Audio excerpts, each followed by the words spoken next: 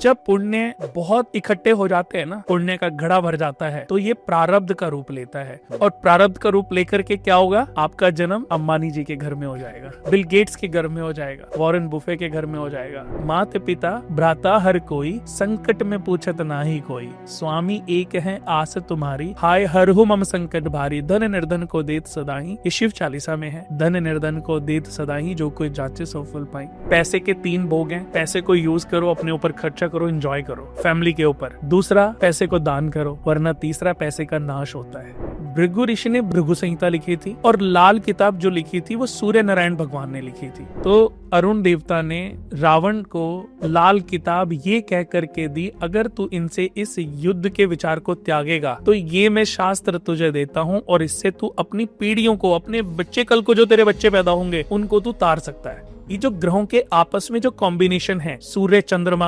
राहु बुध बृहस्पति और चंद्रमा, इनके आपस में जो कॉम्बिनेशंस हैं, उनके जो फल है वो बहुत ही कैलकुलेट करके, बहुत ही अद्भुत तरीके से रावण संहिता में रावण ने लिख डाले। कि रावण ने जब रामचंद्र जी को देखा, मन रूपी रावण सीता रूपी आत्मा को रोज हरण करता है, तब ये राम रूपी पुरुष इस भक्ति रूपी हनुमान की मदद से मन रूपी रावण से सीता रूपी आत्मा को मुक्ति दिलाने का काम करता है।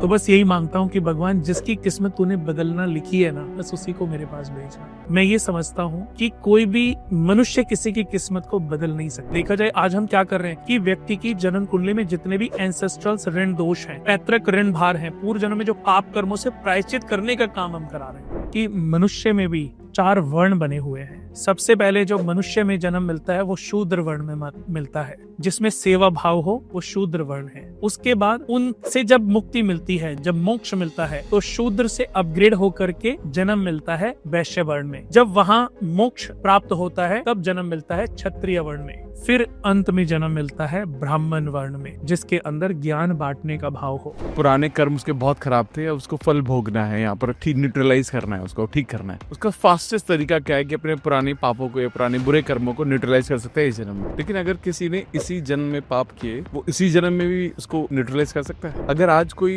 पैसे सबके लिए बहुत जरूरी है, कोई फाइनेंशियल चैलेंजेस को गो थ्रू कर रहा है, एस्ट्रोलॉजी के अकॉर्डिंग से कुछ ऐसे उपाय क्या हो सकते हैं जो उसको उसकी फाइनेंशियल कंडीशन को अच्छा कर सकता है। रिलेशनशिप चैलेंजेस महसूस कर रहे हैं अपने पार्टनर के साथ, उसे क्या उपाय करने चाहिए। किसी का विवाह नहीं हो रहा है, एक सही पार्टनर नहीं मिल रहा है, तो उसको क्या करना चाहिए सर। जब आप बिस्तर पर बैठे हो तो ये आप उंगलियां देख रहे हो, इनको इस तरीके से, कराग्रे वस्ते लक्ष्मी, कर मध्य सरस्वती, कर मूले तु गोविंदा, प्रभाते कर दर्शनम।